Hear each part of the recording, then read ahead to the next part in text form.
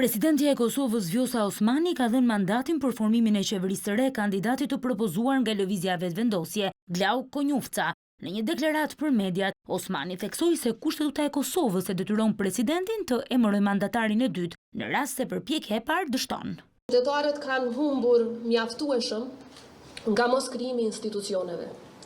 Dhe përtej paragjykimeve politike, si presidente e Republikës, kam konstatuar se verdiktin final, në qoftë se i mandatuari për kryeministër i ka votat e nevojshme për shumicë apo jo, e japin 120 deputetët e Republikës së Kosovës, të cilët sipas kushtetutës dhe të rikonfirmuar në një sërak gjykimesh kanë vullnetin e lirë dhe jo detyrues të votojnë pra ashtu siç dojnë vetë.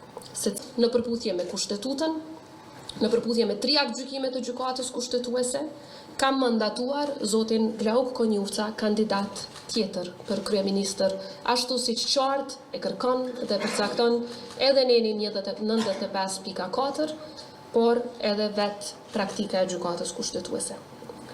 Mandatimi i zotit Konjufca është gjithashtu në përputhje me përgjegjësinë tjetër, të cilën gjykata kushtetuese ja ka dhënë presidentës në po të njëjtat aktgjykime.